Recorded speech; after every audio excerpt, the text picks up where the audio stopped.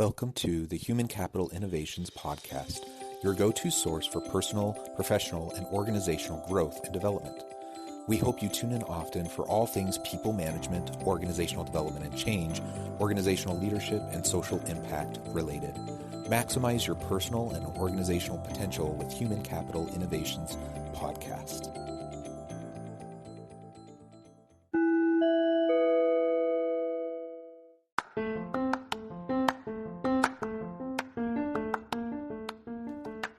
Welcome to the Human Capital Innovations Podcast. In this HCI podcast episode, I talk with Nancy D. Butler about hiring and anchoring people to your business.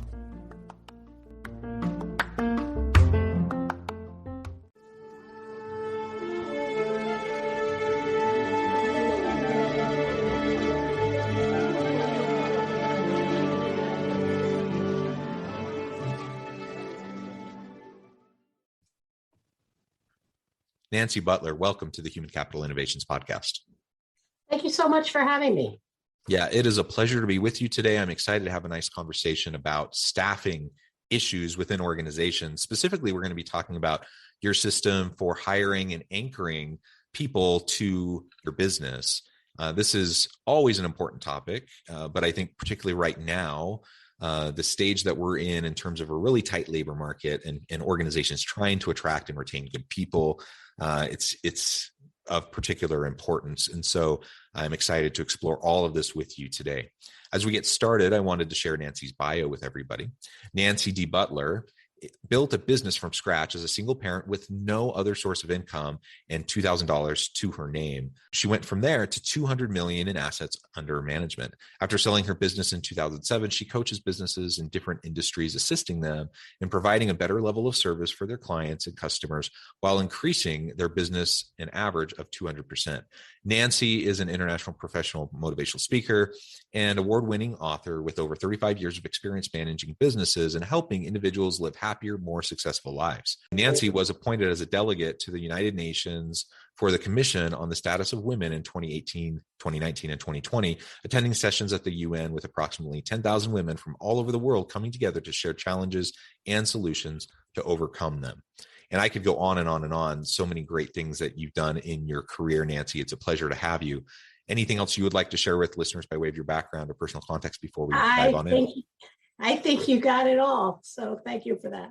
Okay, well, wonderful. So let's dive right on in. So I know you have a system for hiring and anchoring your people to your business. You've used it in your own business to great success. Have you always used that system? Describe what that is. And, is it something you've always had, something you've developed over time? And we can really dig into the particulars and how it might apply to other organizations. Okay. The original business that I started that you had originally talked about in my bio, I had for 25 years. So when I started out, I knew absolutely nothing about anything. And no, I hired the wrong people. The jobs weren't getting done. And through trial and error over time, I started realizing from a business standpoint, but then also from a personal standpoint, as I was raising my children, I think about it this way. Most people spend more of their waking hours at work than with their family, friends, or anything else. And life's too short to go through life working somewhere that you hate what you do. So I've always told my kids, I'd rather see you make less money and be happy than make millions of bucks and be miserable. So I took that same thought process to my own business and utilized that when I was hiring someone. Because if you can hire the right people, they're going to love their job. And if they love their job, if they love what they do, they're going to be better at it and they're going to stay with you longer. So here's how I did this. First, I started with myself. And I was at a point where I was looking to bring in a partner. So I didn't want a clone of me. In order to have the end result that I just described, where everyone's doing what they love doing and want to stay, I first started with myself and I sat down and figured out all the things I do on a regular basis that I'm good at. And if I did them all day, I could leave at the end of the day feeling energized and excited. Second, what are the things I do all day that I'm good at, but I hate doing them? I only do it because I know I need to. And if I had to do those all day, I'd leave at the end of the day drained and not very happy. And then the third part is, what are the things I do because there's no one else to do them? I'm lousy at it and someone else would be better at it. So once I figured that out, I started hiring people and even looking for a partner, actually, that was the opposite of me. Because if they loved and were good at the things I didn't like and I hated doing, and if I could have everyone in my office, which I know is not 100% possible, but try to get there as close as you can have your people being the people doing the tasks. And when I say doing the tasks, I'm talking about what their main task is. It doesn't mean that they're never going to do anything else. It's just that's their main job when they come to work every day. But if someone else is out, they're going to have to do that job too. But it's just not their regular everyday job. Once I did that and started hiring people, when I started interviewing others to bring in, I did the same process with them. What are the things they love doing that they're great at? What are the things they do all the time but they don't like? And what are the things they're not good at and don't want to do? Because then I could make sure I knew first what was the position I was hiring someone for. What were those tasks? And then by interviewing a person in that way, I could find the right person to plug into the right job. It actually worked really well. I sold the practice in 2007. I saw those people a few weeks ago, and they're all still there. And I had hired them about 5 or 6 years before I left the practice. So if you get the right people doing the things they love that they're best at, they're going to enjoy coming to work and they're going to stay. Yeah. I really like that. And it's not to say, I mean, you've alluded to this. It's an ideal that we can strive for to get to that point. Of course, everyone has to do things in their job that they don't necessarily like or they're not as good at. That's the nature of it, right? And sometimes you have to suck it up, and everyone has to step to the plate and contribute, even if it's maybe not their main cup of tea, and that's fine. But if that's the predominant experience at work, where every day you're pretty much spending almost all of your time doing that kind of soul sucking work, then there's going to be a problem there. And the thing is, what's soul sucking for me and for you may be completely different than what's soul sucking for somebody else. And so, like, work that I can't imagine doing all day every day, other people love doing all day every day. Exactly. Right. And so that's part of this, finding the alignment and just having people be self-aware enough to understand what they like, what they enjoy, what they're good at, how they want to develop, where they want to grow into for future opportunities in their career. If people can be honest with themselves about that, then you can start to achieve what you're describing. I think about myself early on. I was one of those. I switched majors a bunch of times in college.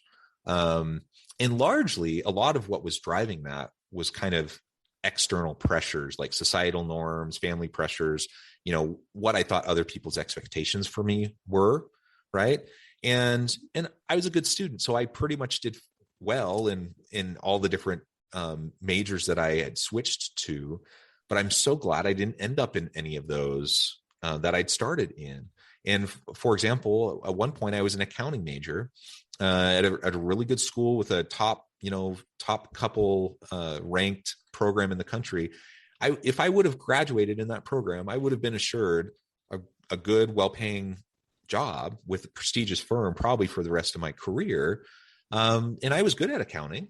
The problem was I hated it. And so, the deeper I got into the program, the more and more I realized, like, being good at this and the fact that it's kind of would be seen as prestigious and other people think it's a good thing for me to do and blah, blah, blah. Despite all of that, I would have hated it. I can't imagine like doing that all day, every day. Now, do I do things that are related to the skills I learned in accounting? Yeah, I do. And I do some of that scattered throughout all the other stuff I do, but it's really a small piece. It's not your primary task. It's not my primary task. Yeah. It's not even close to it. And so while I have colleagues and friends who are accountants and they love their job and they love what they do, Mhm. I'm glad they found it for them. I'm glad I Right. found my way out of that so that I didn't end up spending, 20 years in a career and then having an existential crisis, midlife and feeling like I needed to switch. And so I think what you're talking about in terms of alignment, it's really important on both sides. It's important on the Yeah. employer side, that I can be clear enough about what the needs are in my organization so that I can search for the people that will fit that need. Right. Right. I know that sounds obvious, but that's really actually not very easy to do. Right. Right. No, I That's hard. agree. That's hard to do. But on the other side, on the employee side, I have to recognize who I am, what I want, what I need, what I'm going to be good at, and how I want to grow in my career, and then look for jobs that align with that. It's so tempting, especially right now we're in a tight labor market. And so employees have choices. They can go lots of places, but that's not always the case. And if you're in a situation where maybe a job is hard to come by right now, you might be tempted to just jump at the first thing that comes your way. Yeah. And man, I get that can help pay your bills in the short run, but in the long run, it could actually really hurt you and your career and your opportunities to, provide for you or your family or whatever. So we just have to be very, very cautious and very aware of this alignment issue on both sides of the equation.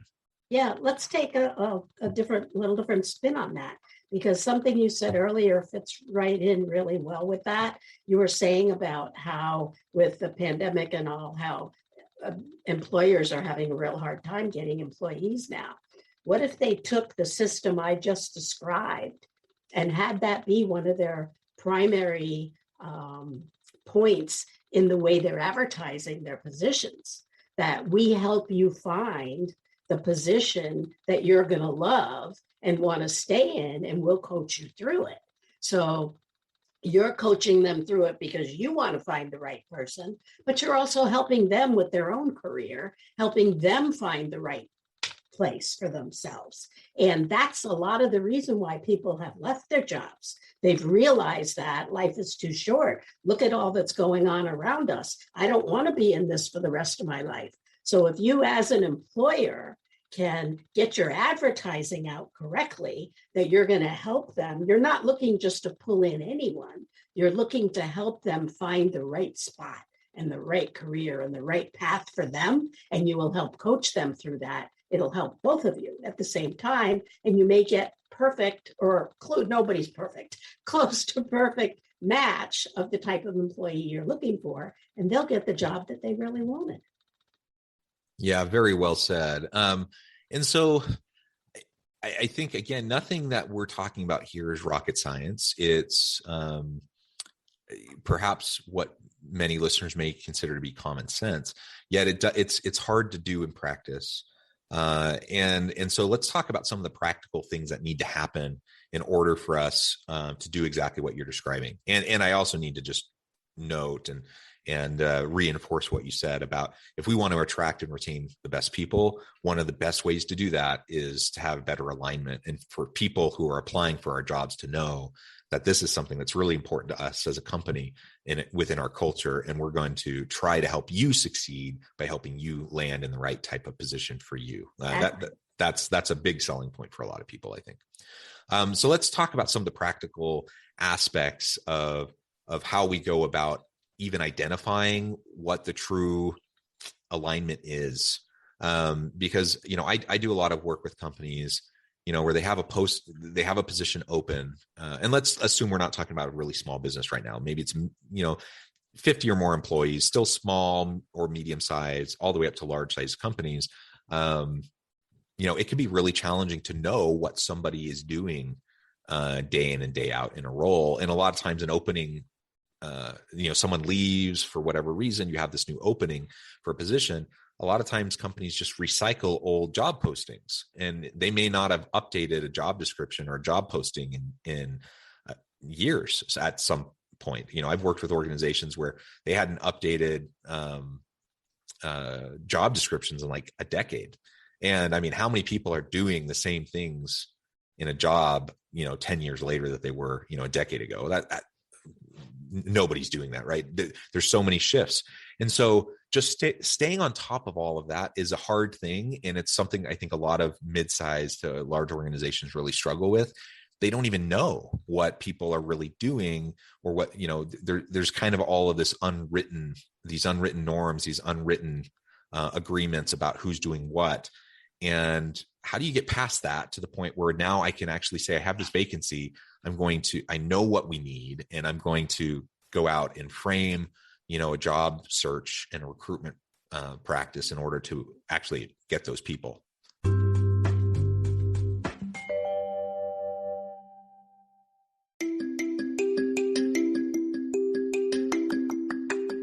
I'm excited to announce the publication of my new book from HCI Press, Bluer Than Indigo Leadership: The Journey of Becoming a Truly Remarkable Leader. Early in my adult life, I learned about an Asian proverb that translates as bluer than indigo. If you think about the color indigo, it is a brilliant, deep, and vibrant blue, what some would call the bluest of blues. To have something that is bluer than indigo is rare and truly remarkable.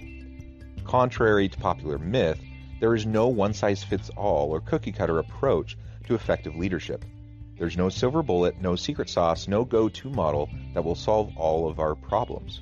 The truth is, great leaders have all had their unique strengths and flaws, and have all had to discover and then pave their own distinctive path in their life's journey to fulfill their leadership potential.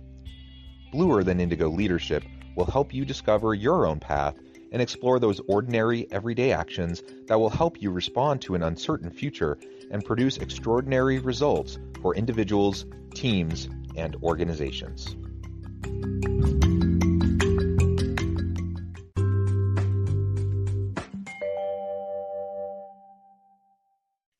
Great question. And I had a really good system for that. And I still do. And I coach businesses on how to do exactly that.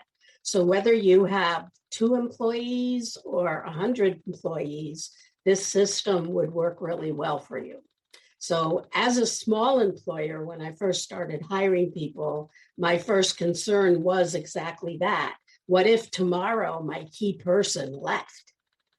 I'm busy doing what I do. I can't then train somebody and hire someone and know everything that they did too. And my brain can only hold just so much, and there's only so many hours in the day.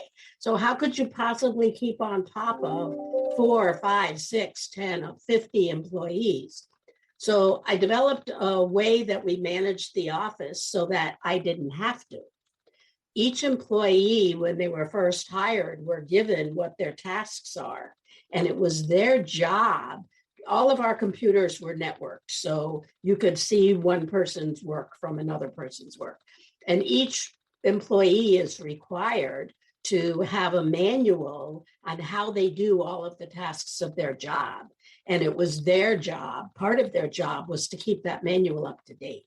And I went over it with the employees, or I had the people businesses that I coach, I had their manager or the owner, if it was a small enough company, go over those at least monthly or quarterly and look and see what those people are doing and are they keeping it up to date. So some of those manuals, some of the things that those manuals, I should say, included were not just the tasks that they do, but all their key contacts.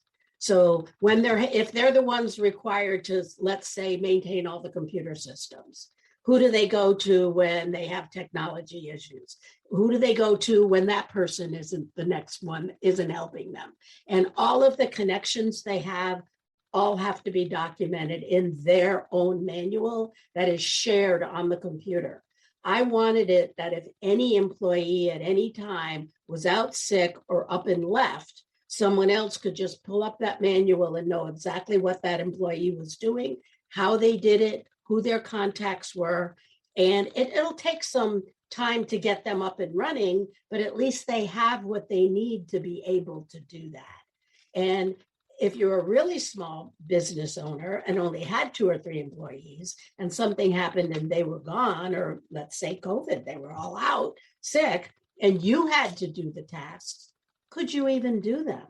If they've been working for you for any length of time, odds are you've switched your focus to bringing money into the business, servicing your clients, marketing, that kind of thing. And you're not doing any of those other tasks, and you probably haven't been for years. So if you had to step back in, could you even do it?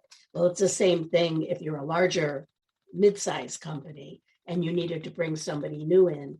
If you have a system already in place that you could plug them into, sit them in front of the computer, say, here's how it's done.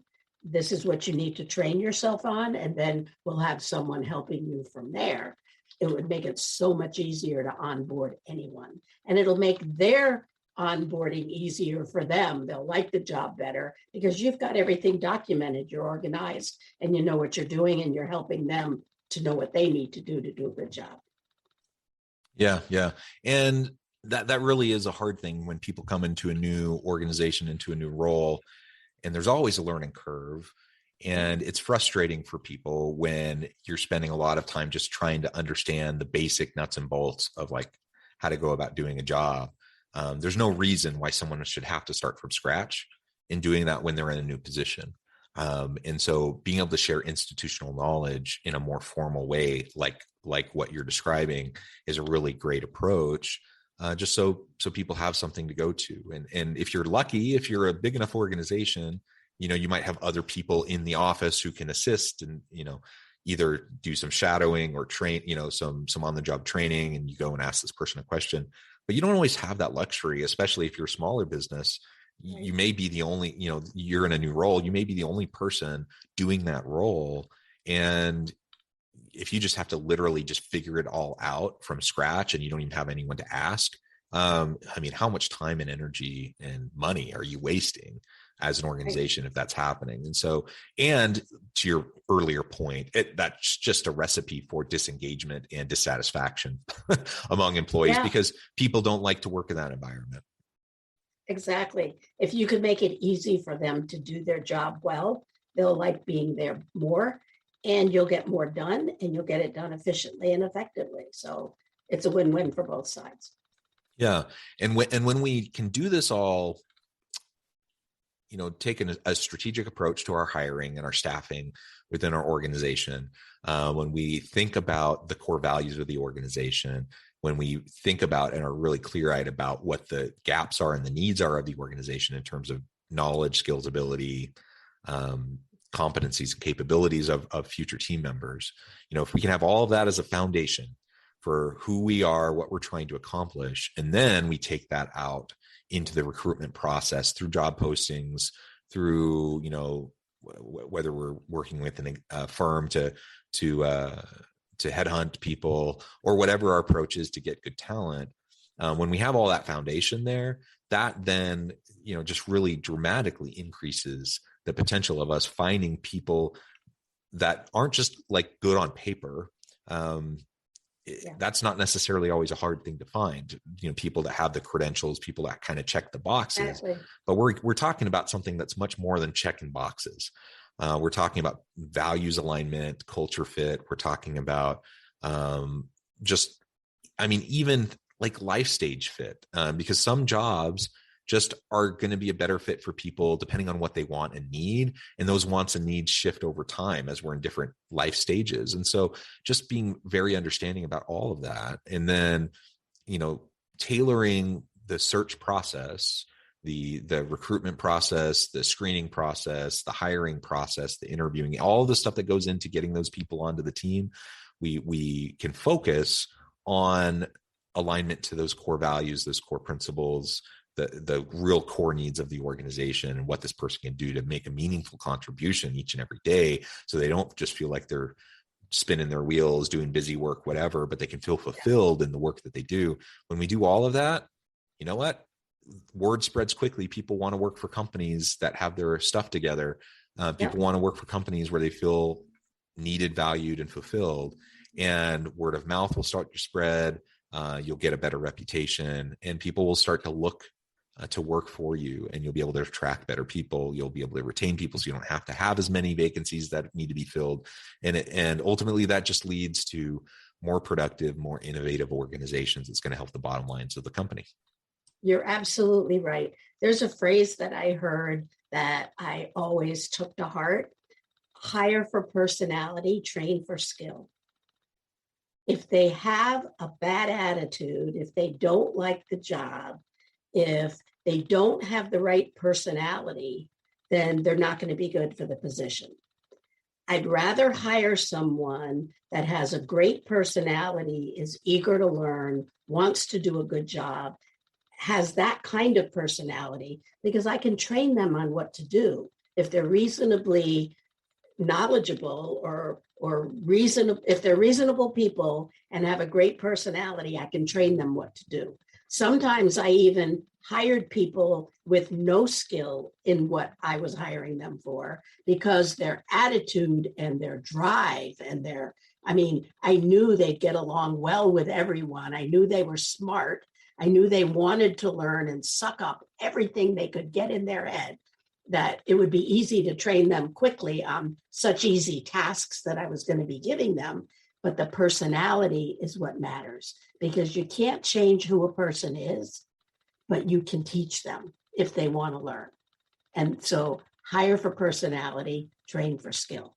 Yeah. And I might even adjust that slightly. And depending on what you mean by personality, personality in terms of introversion, extroversion traits, and those sorts of things, I'm not sure always even matter that much either. But what I'm hearing you say, I would frame probably more like outlook and mindset, in approach to life and to work. And so if I have someone who has an abundance mindset, someone who has a growth mindset, where they're excited to be there, they're excited to contribute, they're excited to learn, they're excited to grow, that's what I want. And ultimately those are the people that are going to help you be successful.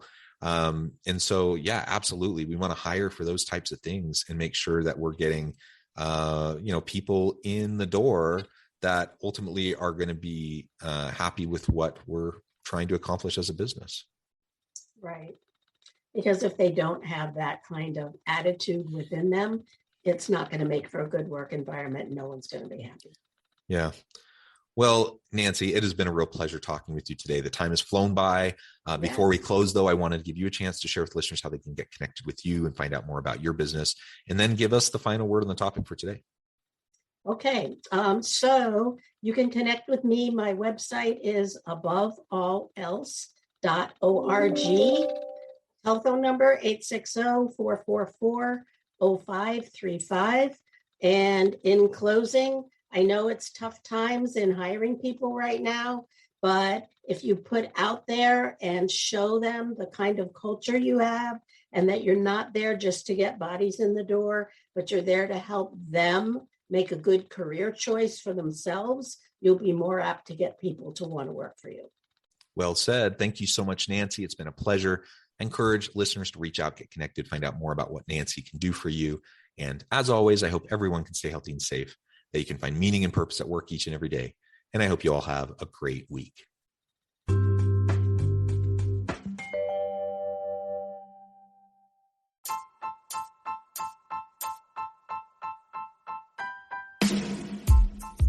The alchemy of truly remarkable leadership. Ordinary, everyday actions that produce extraordinary results.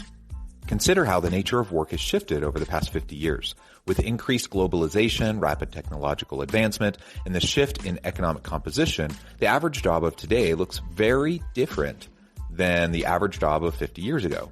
What will the jobs and organizations of tomorrow look like? Moreover, what does this all mean for organizational leaders?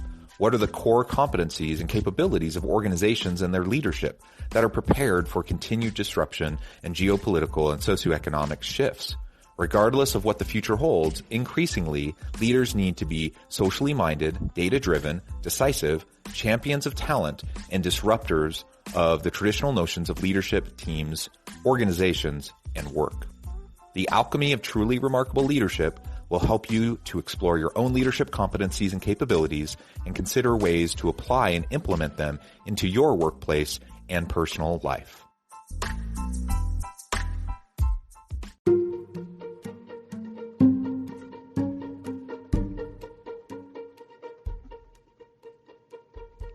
Check out Human Capital Innovations magazine, Human Capital Leadership.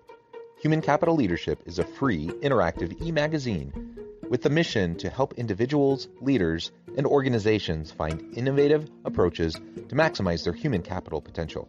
We publish issues quarterly in August, November, February, and May. Take a look at the latest issue and let us know what you think.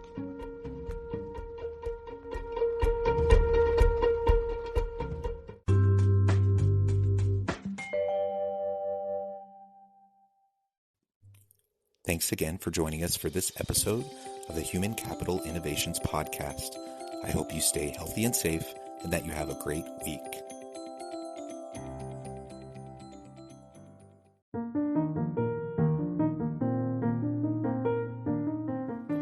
Check out our new weekly LinkedIn newsletter, Alchemizing Human Capital, exploring industry trends via original research and interviews with executives and thought leaders from across the globe. We look forward to having you join us.